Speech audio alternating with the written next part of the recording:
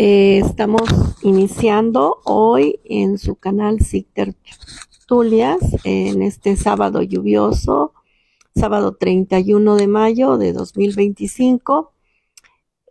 Vamos a estar con de la pintura rupestre al libro impreso, con la maestra, la doctora Concepción Avellán Giral, que nos hará favor de darnos este recorrido con unas diapositivas y la explicación que pues estamos aquí muy atentos a tomar. Les recuerdo su canal SIC Tertulias y pues que se puedan suscribir, y este es nuestra segundo sábado de tertulia. Gracias, maestra, por estar con nosotros. De nada. Retomo, habíamos ya hablado de ello, pero creo que vale la pena retomar desde el principio para tratar de hacer todo el recorrido completo. Entonces, empiezo siempre con una pintura rupestre, no tanto por la pintura, no tanto por su valor, sino porque durante mucho tiempo se asoció la pintura rupestre a una representación chamánica de caza. Y sin embargo, según Desmond Morris, en el caso, por ejemplo, de esta ilustración, de esta pintura, se ve claramente que la pezuña está volteada, símbolo de que de que un ungulado ha muerto. Entonces, para Desmond Morris, no tengo más pruebas, esto podía ser una advertencia para quienes vinieran por la zona de las grutas de Lascaux en los Pirineos franceses, de que no se quedaran allí porque debía haber algún peligro que había matado a los animales. Digamos que es la primera forma de comunicación de la que podemos hablar. Muy rápidamente vamos a hacer un enorme brinco a lo que es la escritura cuneiforme, la escritura de la zona de Oriente Medio, de los fenicios, en que vemos que se inicia con una representación de lo que se quiere de lo que se quiere mostrar, que luego va cambiando de forma para simplificar su escritura. De esta representación lo vemos en una tablilla de arcilla, en la que vemos cómo se representan cuestiones económicas. Esos redondeles que vemos son simbolismos del número 10. Y cuando vemos lunitas, si yo me fijo en la tercera columna de escritura, tengo completamente un redondel. Dos columnas más allá tengo varias lunas, que son la simbolización del 5.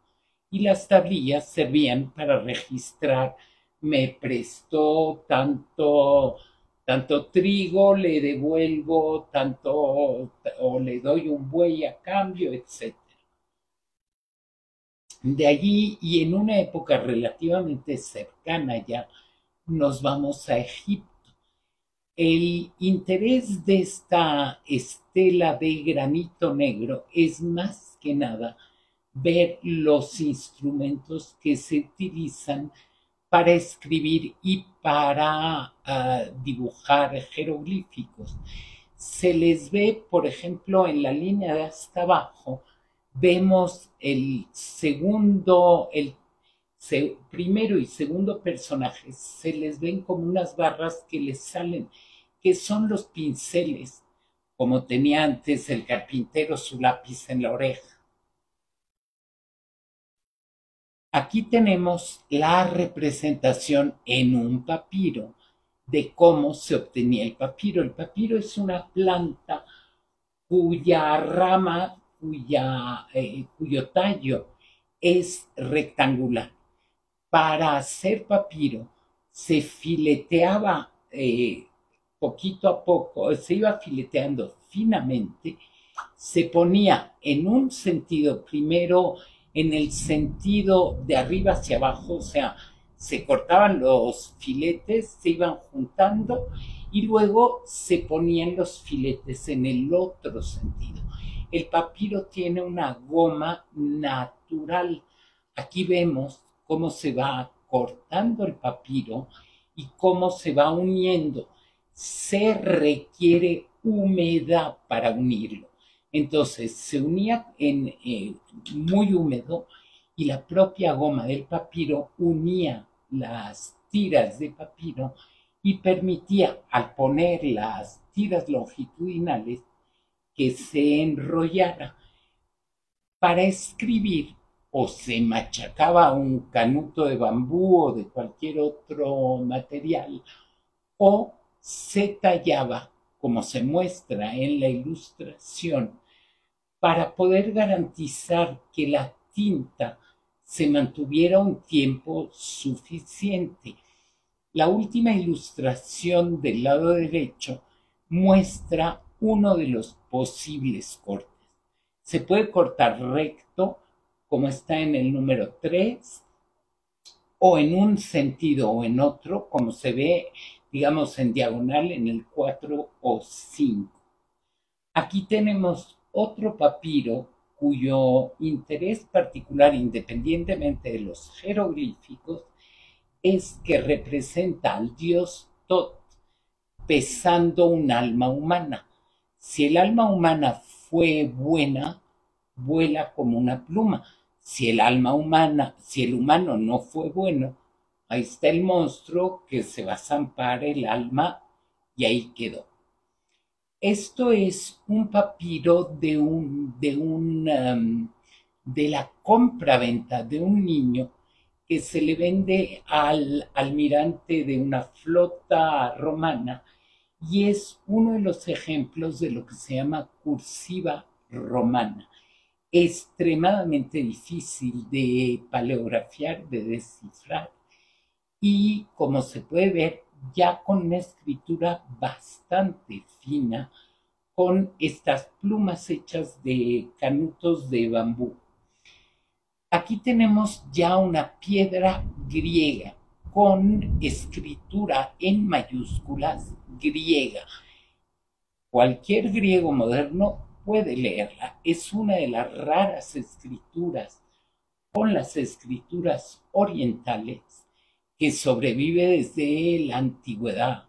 Y en esta piedra se habla del rey Alejandro, que debe ser Alejandro Magno, el macedonio que conquista toda Grecia. Aquí tenemos nuevamente en griego, pero esto es una tablilla de cera que casualmente, porque se llenó de ceniza, la cera no se fundió y no se perdió lo que estaba escrito. De aquí pasamos al desarrollo ya de la escritura latina, que es sobre la que vamos a seguir trabajando, cómo se maneja a través del círculo y del cuadrado todas las mayúsculas llamadas monumentales.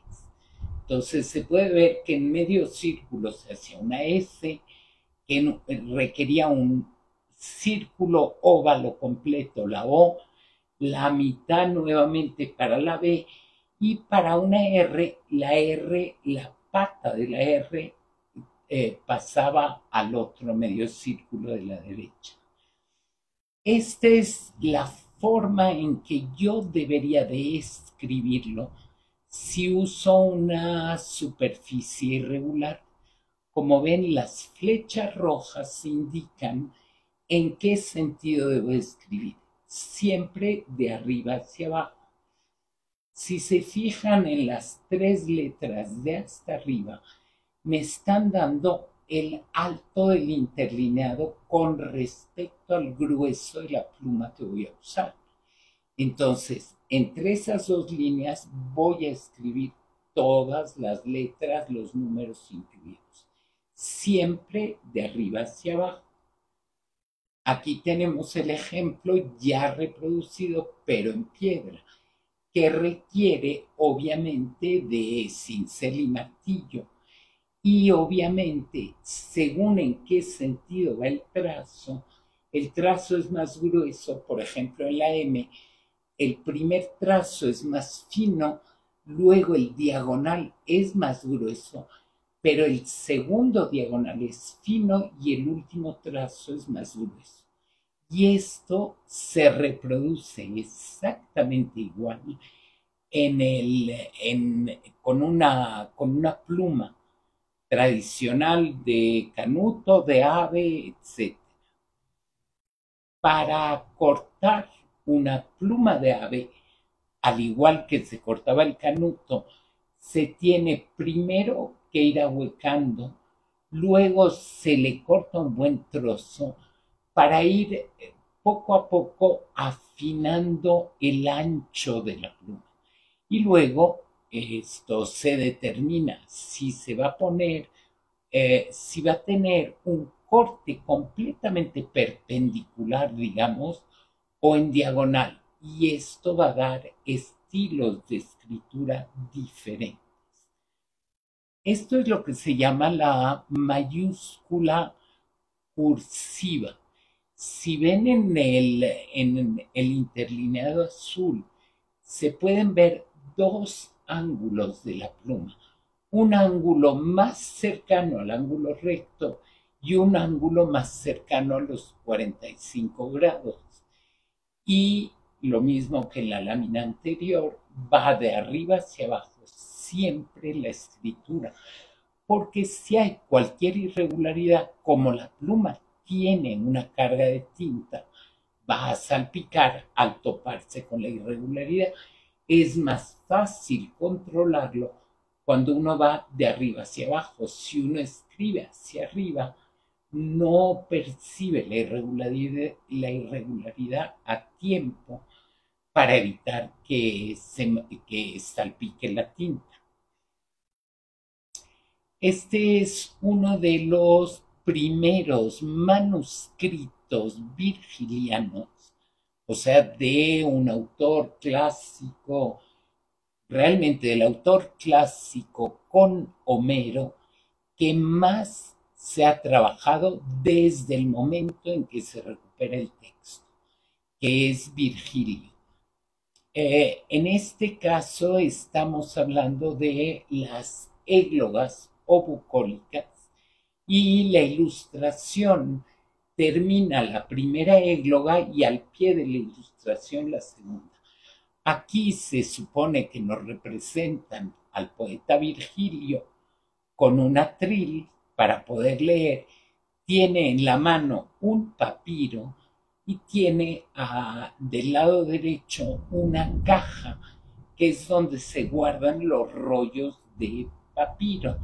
La misma ilustración a color que nos permite ver mejor el rollo de papiro en las manos de Virgilio.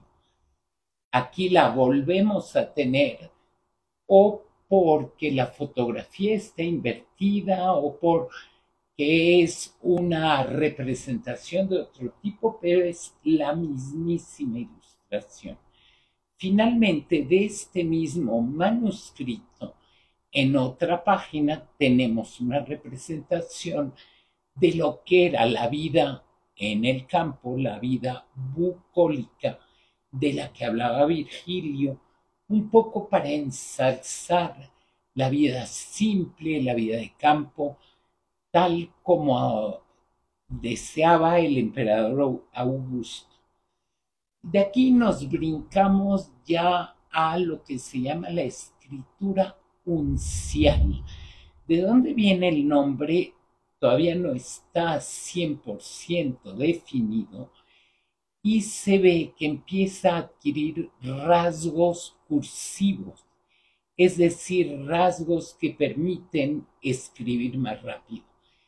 Además, ya tenemos como una mezcla de lo que llamaríamos mayúsculas y minúsculas. Tenemos rasgos que van por encima de la línea de escritura o por debajo, como la H o como la P, que es parte de lo que va a permitir desarrollar una escritura cursiva.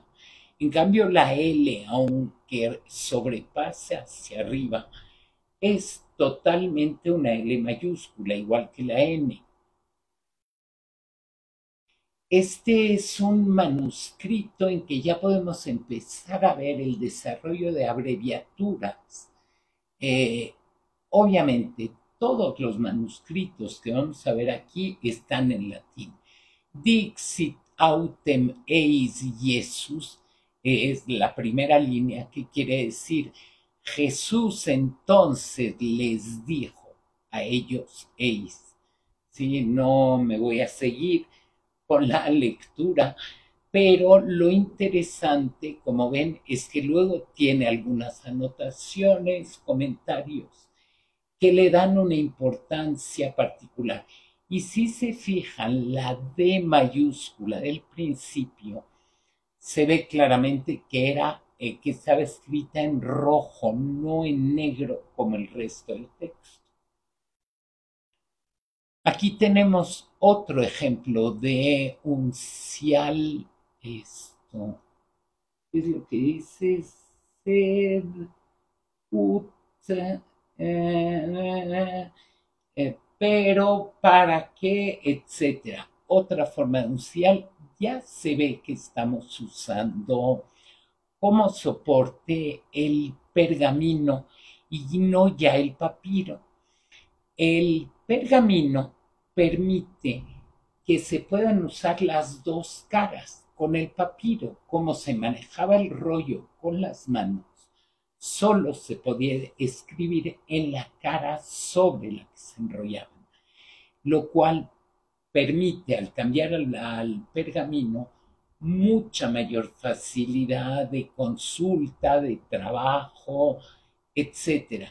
Y ya no era necesario tener una obra en rollos de papiro en una caja.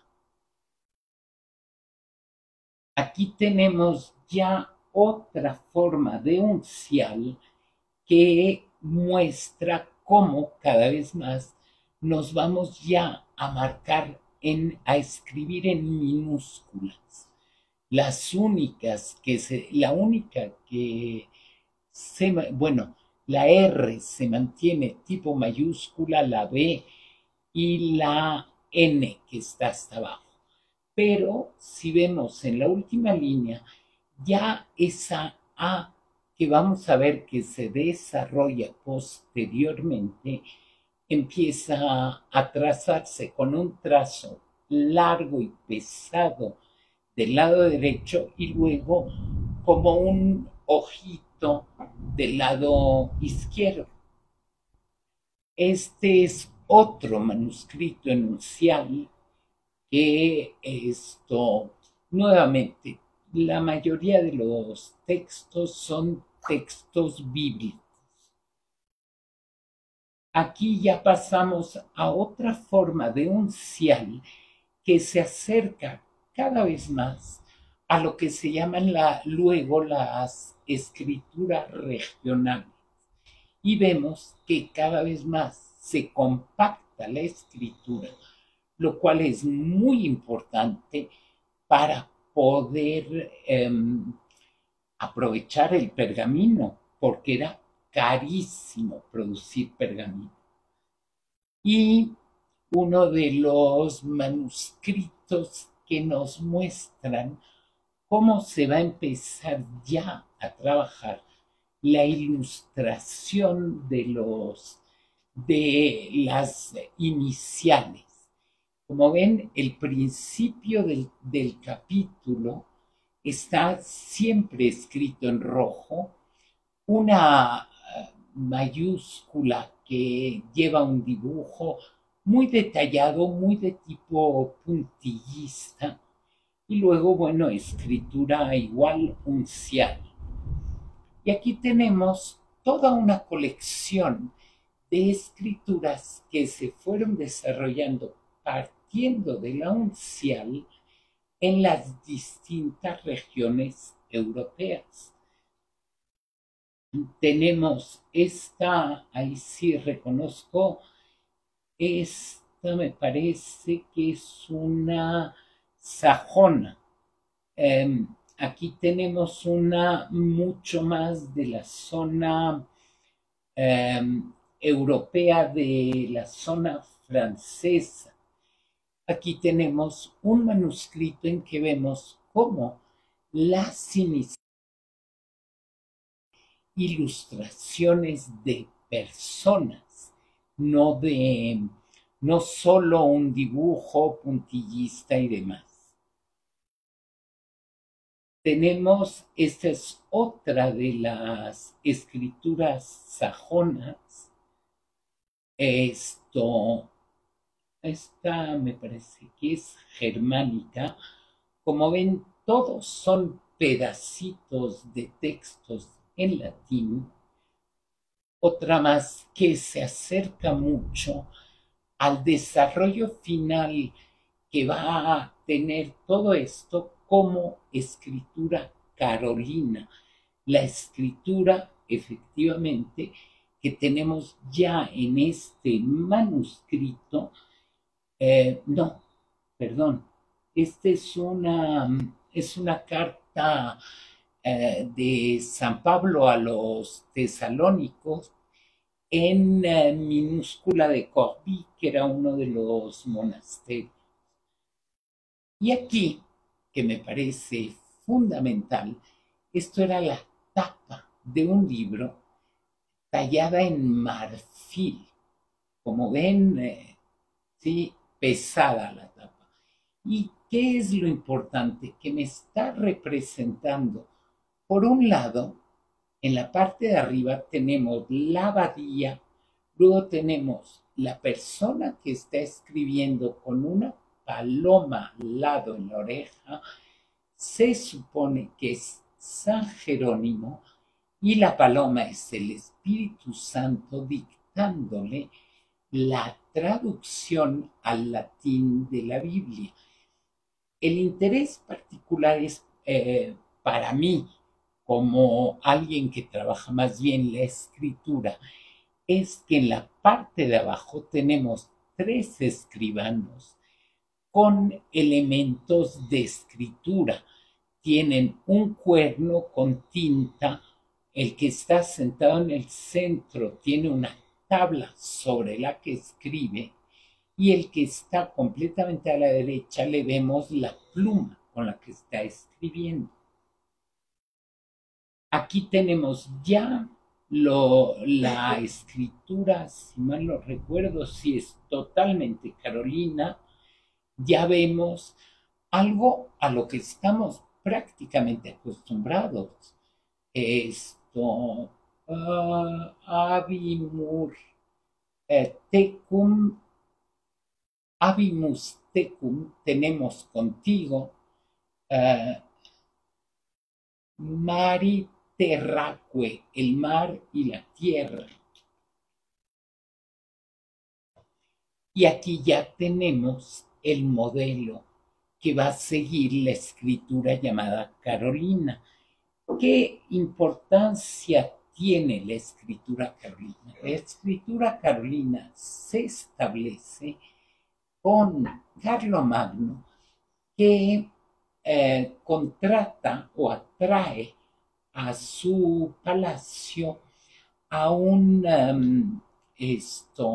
anglosajón que viene de las islas británicas, que es quien arma las escuelas carolinas y a través de quien se homogeneiza en toda Europa la escritura, muy cercana realmente a lo que nosotros llamamos escritura script.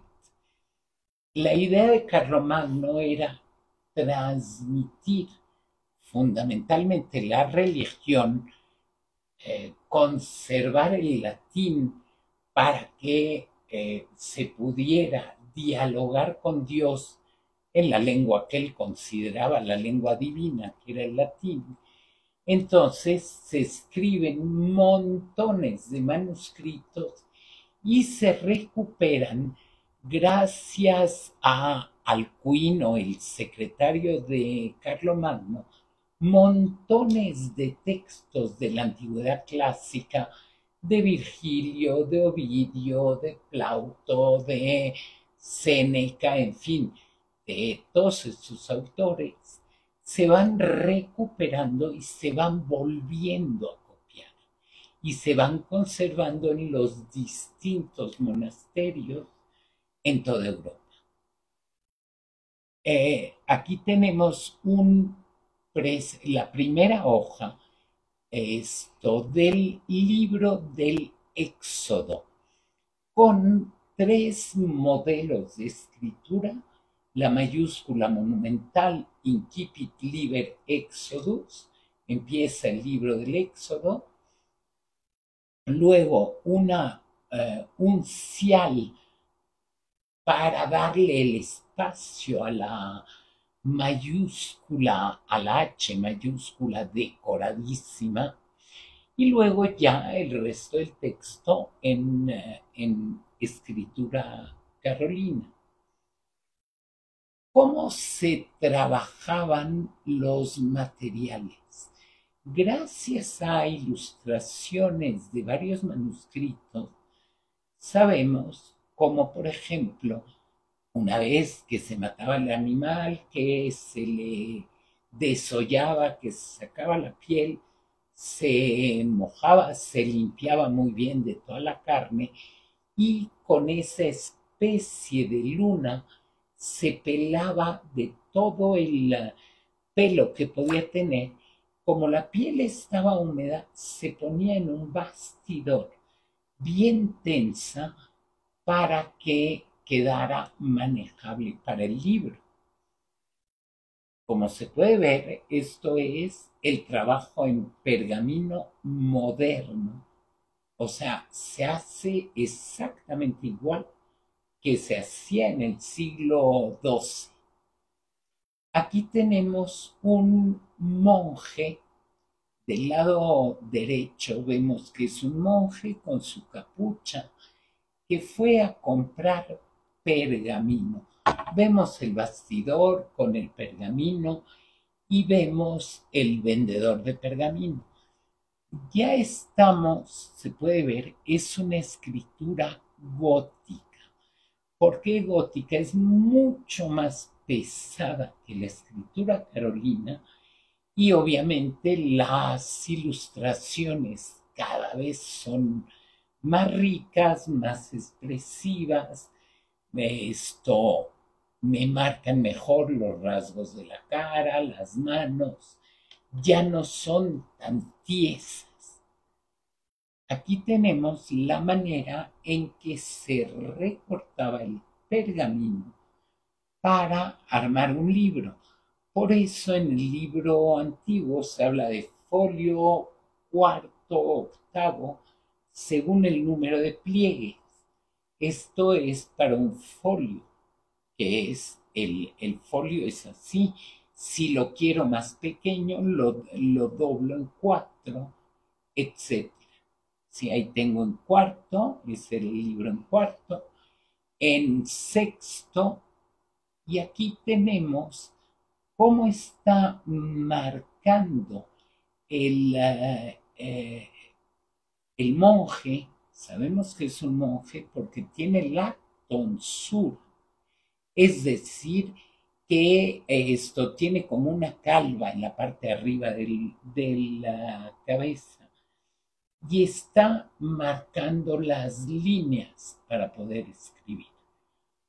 Aquí tenemos la representación como siglo y medio más tarde de lo mismo: marcar las líneas, marcar los márgenes para poder copiar el texto. En aquella época no nos vendían el papel ya pautado ni cuadriculado.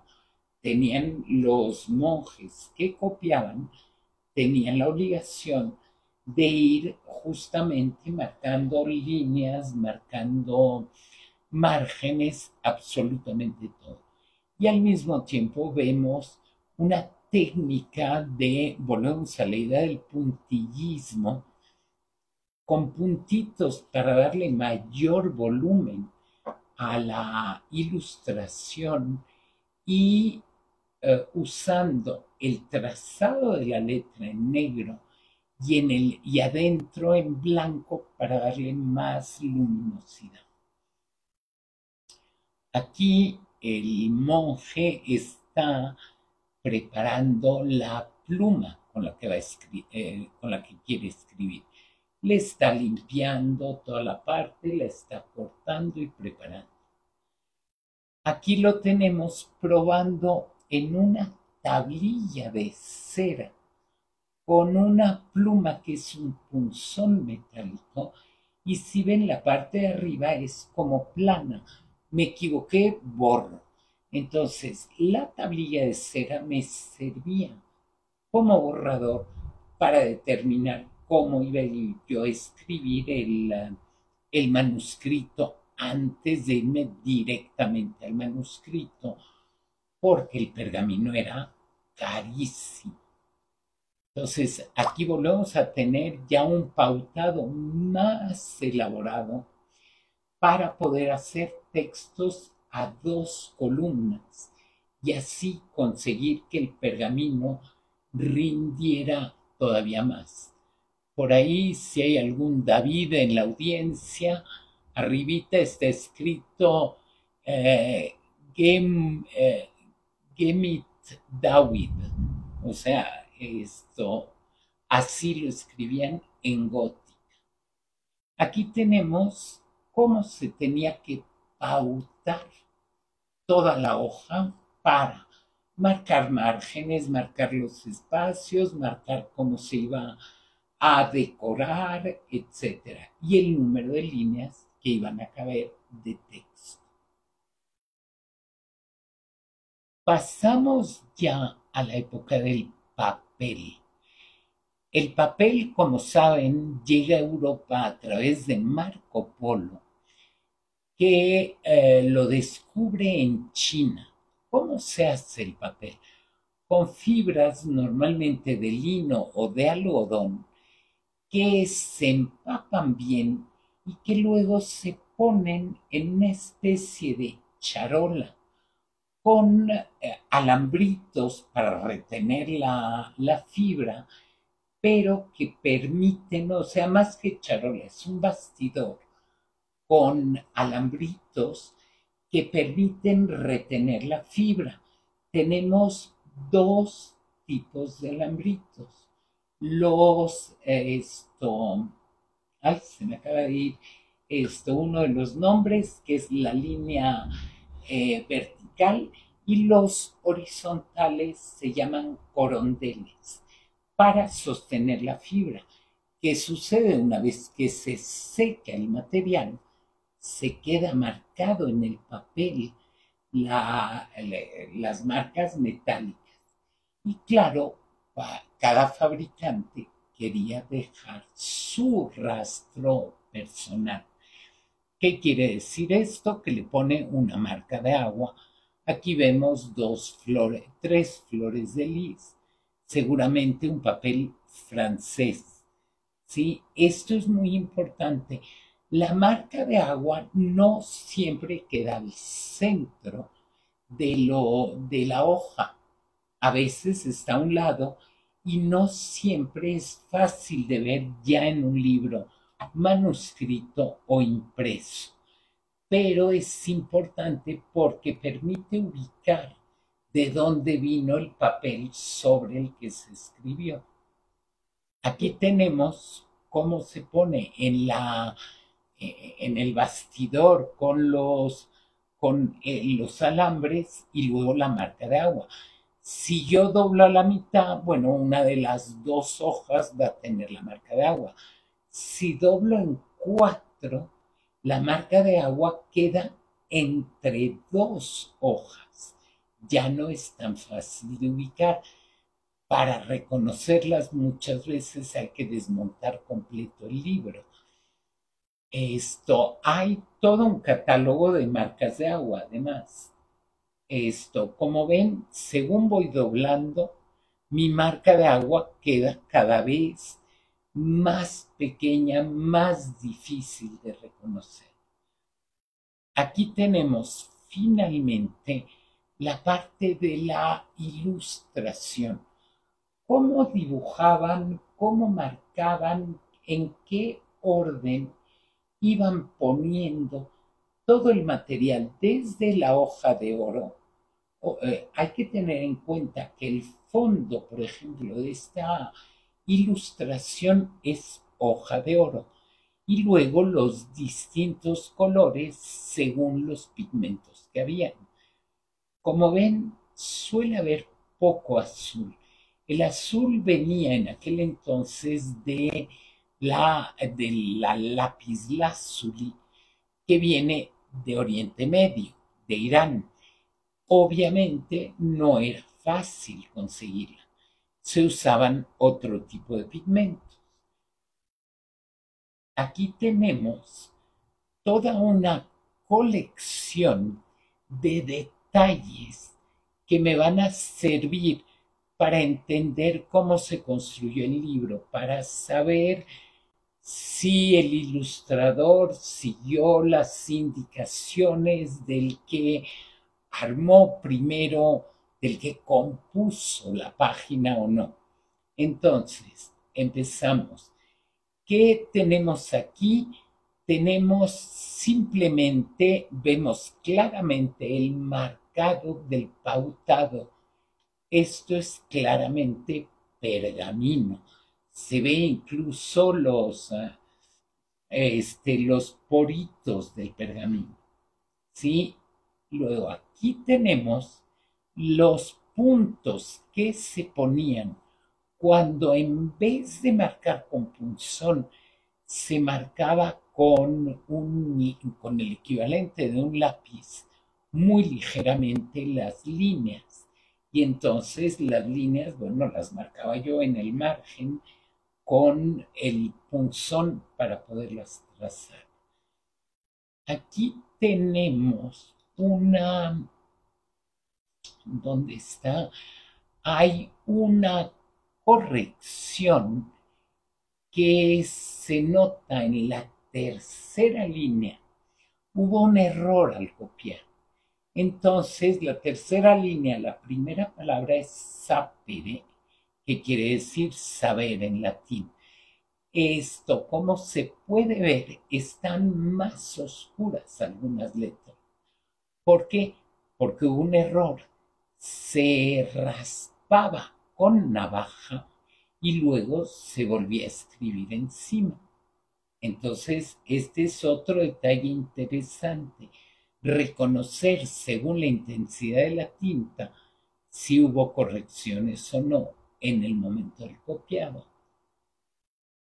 Aquí tenemos toda una serie de indicaciones en lápiz justo debajo para marcar dónde tenía que empezar, dónde tenía que escribirse, etc.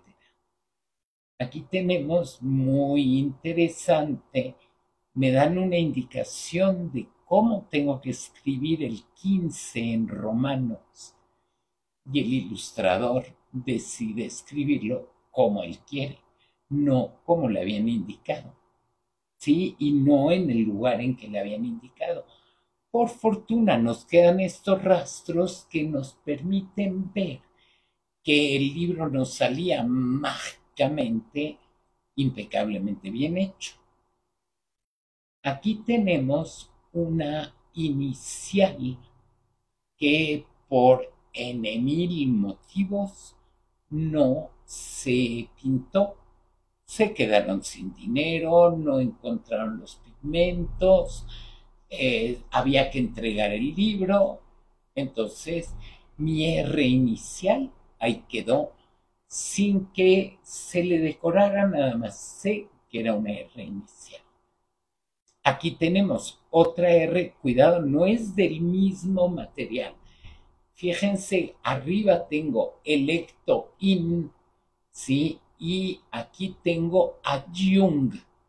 ¿Sí? Son dos ejemplos, uno sin decorar y uno decorado con rojo, con hoja de oro, con blanco y un poquito de azul alrededor. Aquí tengo otra R en que se ve cómo se resalta a base de puntitos blancos la letra, el volumen, etc. En el centro es hoja de oro, pero con muchísimo blanco, y los contornos de la ilustración, o sea, tengo el blanco en medio y los contornos en rojo para que le dé mayor volumen y que sea más bonito, más visual. Aquí tengo una letra que el escribano decidió no decorar como le habían indicado. Es una P y él dijo, me da igual, yo no me voy a meter a hacerle el pajarito o se le acabó el tiempo. Hay muchos motivos. Aquí tenemos otra, esta es una D. Y como ven, la D que le pedían que hiciera era una D con estilo griego, como la delta griega, minúscula, y el ilustrador dijo, no, a mí me gusta y me parece que queda más bonita así, y la hago así. Esta es una preciosa C, maravillosamente trabajada, con hoja de oro, con polvo de oro. Cuidado, tengo las dos. En la parte central tengo hoja de oro. Se ve que es de un manuscrito en el que se le pudo invertir muchísimo dinero por las flores azules. Luego, todo alrededor tengo la letra en sí, en rojo, con puntitos blancos, con rayitas blancas para dar volumen. Y luego, todo alrededor es polvo de oro para resaltar las flores de la izquierda, arriba y abajo, y las terminaciones de la letra del lado derecho. Aquí tenemos nuevamente una ilustración de un manuscrito que se había empezado. Se ve el cielo decorado en la esquina superior derecha y todo lo demás se quedó sin terminar. Igual aquí tenemos la cenefa de abajo decorada y el resto se quedó a medio camino. Motivos muchos, motivos de economía, motivos de presión, motivos de que llegaron a invadir y había que evacuar y se llevan el manuscrito y ya no lo pueden terminar. Puede haber muchas causas. Y aquí ya tenemos un trabajo muy terminado de otro manuscrito en que vemos dentro de un castillo, como no hay la posibilidad, nos abren como una ventanita para poder ver cómo están sentados los nobles en la plática, etcétera, etcétera. ¿Sí? Pero se ve que son nobles por la vestimenta, porque están en un castillo, porque tienen, tiene torres, torreones, etc. Y aquí tenemos el ejemplo del orden a la derecha, cómo se va trabajando una letra y luego el resultado final una vez decorada. Para que la hoja de oro y el polvo de oro logren adherirse, hay que poner una base de cal, que es lo blanco que estoy viendo hasta arriba. Luego le voy a marcar el dibujo, luego le voy a ir agregando según la necesidad. Lo primero que hay que poner es todos los lugares donde va la hoja de oro para que adhiera bien. Después le voy a ir poniendo los colores en un orden muy claro. Tengo la cal, luego tengo el oro, la hoja de oro, el polvo de oro. Se ve en los recuadritos de la derecha, luego el color azul, luego el rojo, luego el amarillo, el ocre y el rojo y finalmente el verde. Y el resultado final ya lo vemos a la izquierda.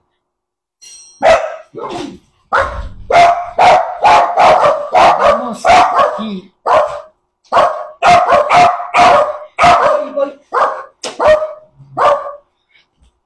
Tenemos aquí cómo se tenía que poner la hoja de oro.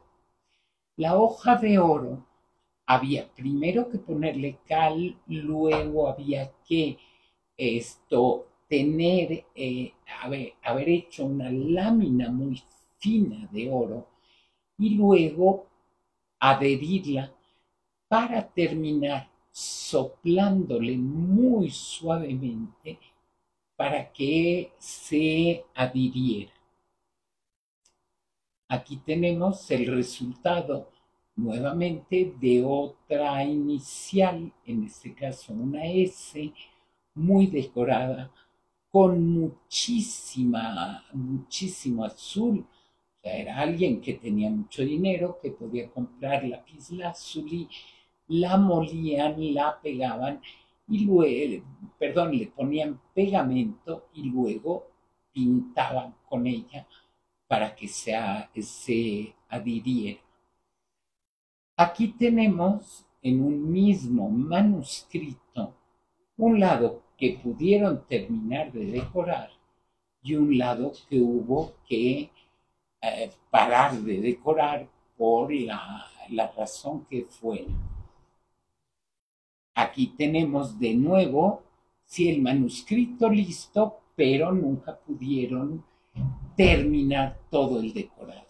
Vemos el pautado, vemos el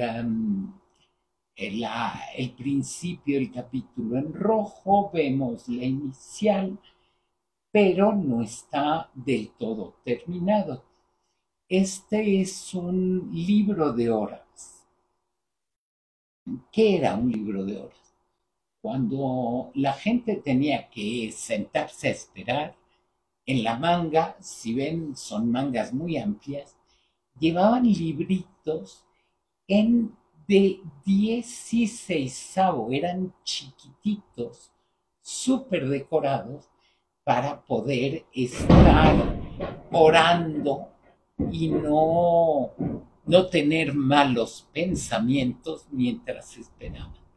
Entonces vemos la decoración con un montón de animales, la persona orando, vemos en la parte de arriba el cielo, la Virgen, los santos, Dios, etcétera, etcétera, para que el dueño se inspirara.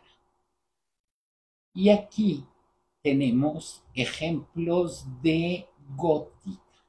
Una característica de la escritura gótica es que termina con, digamos, como se puede ver en la H, como con un cuadrito las letras. Nuevamente, idealmente de arriba hacia abajo, porque al hacer los rasgos de arriba hacia abajo, de izquierda a derecha, se evitan los riesgos de irregularidades, de que la tinta salte, y esto además nos permite tener rasgos gruesos y rasgos finos. Aquí tenemos perdón, me brinqué. Este es un manuscrito español, nuevamente religioso, y tenemos la posibilidad de ver las ilustraciones. Como ven, la escritura está más apelmazada, más difícil de leer. En vez de decorar una inicial, nada más la tenemos más grande. A mitad de página leemos Gloria y casi al final, antes de la penúltima línea, es Benedicta, ¿sí? Bendita. O sea, es obviamente una plegaria seguramente a la Virgen, ¿sí? Y aquí ya nos brincamos al Renacimiento. ¿Qué característica tiene este manuscrito? Además de una ilustración lujosísima, vemos que es una de las obras de Virgilio y el título, o sea, P. Virgilii Maro, perdón, Virgilii Maronis Georgi Conliber Primus, el libro primero de las Geórgicas, que es un texto sobre consejos para el campo, de cómo plantar, de cuándo cosechar, de cómo cruzar animales, etcétera. Esa era la intención de las geórgicas, a diferencia de las bucólicas, que era ensalzar la vida del campo. Y la obra que más perduró de Virgilio, que más perdura, que se sigue leyendo, es la Eneida, que son los viajes de Eneas, el fundador de Roma. ¿Qué característica tiene? Si se fijan, las dos últimas líneas del manuscrito parecen escritura carolina. En realidad la llamamos escritura humanística. ¿Qué sucedió? Cuando los humanistas empiezan a descubrir en los monasterios manuscritos carolinos, resulta, digo, no tenían carbono 14, no tenían cómo fecharlos, se imaginan que eran los manuscritos originales. Entonces se dedican a reaprender a escribir. Escribían en gótica, se dedican a reaprender a escribir en una escritura muy similar a la escritura carolina, que es la humanística y que es la última etapa de evolución que hemos tenido en la escritura a mano. Hay que tomar en cuenta esto. ¿Sí? Y aquí tenemos cómo se debe trazar la escritura ya humanística. Vemos que todo lo que les he mostrado son manuscritos relativamente lujosos en que no se unían las letras. No son letras cursivas que se unen unas a otras, sino letras más, pues, tipo script, que no se juntan. Y aquí tenemos, otro manuscrito menos lujoso que tiene, obviamente, escritura humanística, mayúscula, monumental, y sus iniciales menos lujosas. Y esto es la Biblia de Gutenberg. En esto, ¿qué es lo que hace Gutenberg? Siguiendo la técnica de grabado que ya se usaba, decide tallar las letras y acomodarlas de una en una, y luego entonces imprime primero en negro y deja huecos que luego imprime con rojo. De ahí viene el sistema de tipos movibles. Primero se tallaba y luego pues dice, ¿para qué tallo cada vez completa la página? Mejor tallo cada letra, hago mis letritas, las acomodo, de ahí nos viene el sistema de la imprenta. Y aquí tenemos, bueno, ejemplos de, nuevamente, todavía una amanuense escribiendo a mano, pero esto que tiene allí los libros que tiene que copiar, el señor que viene a preguntarle cómo va mi manuscrito, etcétera. Otro ejemplo de trabajo de papel, de cómo se obtenía el papel. Ahí se ven arriba los rollos de papel para vender, para hacer los libros. Y aquí ya llegamos con el mejor amigo del hombre, siempre presente, a la imprenta. Tenemos ahí al perro vigilando en todavía es un escritorio, es decir, un lugar donde se copia mucho a mano, y de ahí nos vamos a lo que es la imprenta ya con la prensa. ¿Sí? Y ya hasta ahí llegó, ahí terminamos. Muchas gracias. Pues muchas gracias a la maestra Concepción Avellán Giral. Vamos a hacer una pequeña pausa. Gracias a todas, a todos.